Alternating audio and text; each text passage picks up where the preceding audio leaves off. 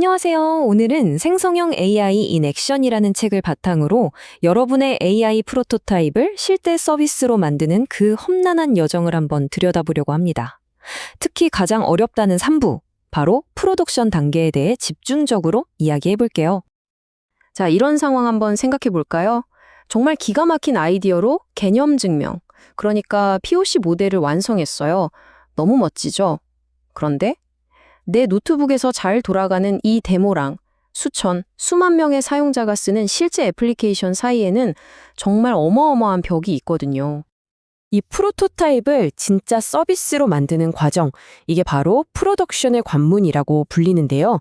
오늘날 개발자들에게는 가장 큰 도전 과제 중 하나라고 할 수 있습니다. 그럼 이 험난한 여정을 어떻게 헤쳐나가야 할까요? 그 로드맵을 지금부터 한번 펼쳐보겠습니다. 이 책의 3부를 따라서 총 4가지 핵심 단계를 밟아볼 겁니다. 첫째, 아키텍처라는 튼튼한 청사진을 그리고요. 둘째, 배포와 확장이라는 실전에 뛰어들 겁니다. 셋째, 우리 앱이 얼마나 잘하는지 성적표를 매겨보고 마지막으로 AI 윤리와 보안이라는 최종 보스를 마주하게 될 겁니다. 자, 그럼 첫 번째 관문, 청사진부터 시작해볼까요? 뭐든 제대로 만들려면 설계도, 즉 청사진이 있어야겠죠?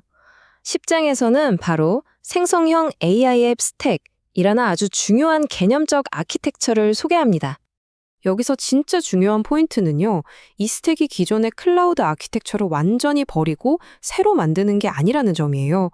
기존 기술의 진화된 형태라는 거죠. 그러니까 우리가 이미 알고 있는 지식 위에 AI라는 새로운 능력을 자연스럽게 쌓아 올리는 방식이라고 생각하시면 됩니다. 이 스택은 크게 3개의 층으로 나뉘어 있어요. 첫 번째 오케스트레이션 계층은 전체 시스템의 두뇌 역할을 하고요. 두 번째 그라운딩 계층은 AI가 우리 회사 내부 데이터 같은 걸 잘 이해하도록 연결해주는 역할을 합니다. 마지막 모델 계층이 바로 우리가 아는 GPT-4 같은 AI 모델, 즉 엔진이 들어가는 곳이죠. 각 층이 자기 역할을 딱딱 해주니까 전체 시스템이 안정적으로 돌아가는 겁니다. 자, 청사진은 이제 준비가 됐습니다. 그럼 이제 진짜 세상으로 나가봐야겠죠? 이 앱이 수많은 사용자를 만나면서도 끄떡없이 돌아가게 하려면 어떻게 해야 할지 그 실전 노하우를 알아보겠습니다. 11장을 보면요, 프로덕션 환경에서 겪게 되는 현실적인 문제들이 쫙 나열되어 있습니다. 응답 속도가 갑자기 느려지거나 사용자가 몰려서 서버가 다운되거나 생각지도 못한 비용이 청구되는 그런 문제들이요. 단순히 모델을 서버에 올리는 게 끝이 아니라는 거죠. 그래서 이 책이 아주 실용적인 체크리스트를 딱 제시해 줍니다. 예를 들면 캐싱 전략 같은 걸 써서 똑같은 질문에 또 API를 호출하는 낭비를 줄이면 속도도 빨라지고 비용도 아낄 수 있겠죠. 또 API 사용량 모니터링을 걸어두면 나도 모르게 요금 폭탄 맞는 일을 막을 수 있고요. 정말 피가 되고 살이 되는 조언들입니다. 좋아요. 우리 앱 이제 사용자들이 잘 쓰고 있고 확장도 문제 없습니다. 근데 이게 정말 잘 만든 앱일까요? 그냥 내 느낌에 좋은데 이걸로는 부족하잖아요. 객관적인 성적표가 필요합니다. 바로 평가의 영역으로 넘어가 보죠. 12장에서 아주 재미있는 이야기를 하는데요. 예전에는 번역 같은 거 평가할 때 원문이랑 단어가 얼마나 겹치는지 보는 단순한 방식을 썼거든요. 근데 생성형 AI가 만든 글의 창의성이나 미묘한 뉘앙스를 이걸로는 도저히 평가할 수가 없는 거예요. 그래서 요즘엔 아예 더 똑똑한 LLM을 심판으로 데려와서 다른 LLM이 만든 결과물을 평가하게 하는 정말 새로운 패러다임으로 넘어가고 있습니다. 자, 이제 앱도 만들고 배포도 했고 성능 책정까지 마쳤습니다. 하지만 어쩌면 가장 중요하고도 어려운 마지막 관문, 최종 보스가 남았습니다. 과연 우리는 이 기술을 책임감 있게 만들었을까요? 13장이 던지는 메시지는 아주 명확합니다.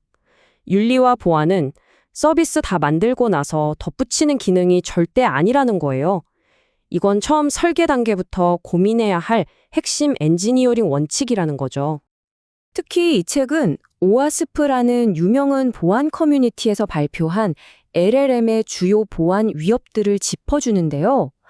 그중 하나인 프롬프트 인젝션을 예로 들면 해커가 아주 교묘한 질문을 던져서 AI가 원래의 안전 지침을 잊어버리고 엉뚱하거나 위험한 대답을 하도록 만드는 공격이에요. 이게 그냥 이론적인 위험이 아니라 지금 현실에서 벌어지고 있는 일들입니다.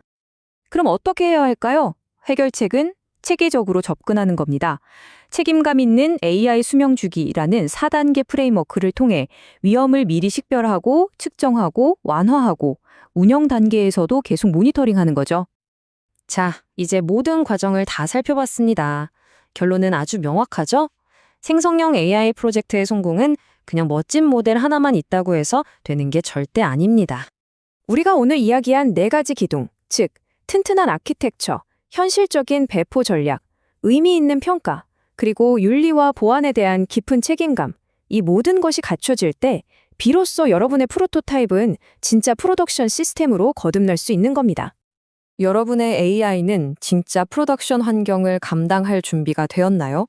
이 책은 바로 이 질문에 여러분이 자신 있게 네 라고 대답할 수 있도록 도와주는 완벽한 안내서가 되어줄 겁니다. 오늘 내용이 여러분의 프로젝트에 좋은 나침반이 되기를 바랍니다. 함께 해주셔서 감사합니다.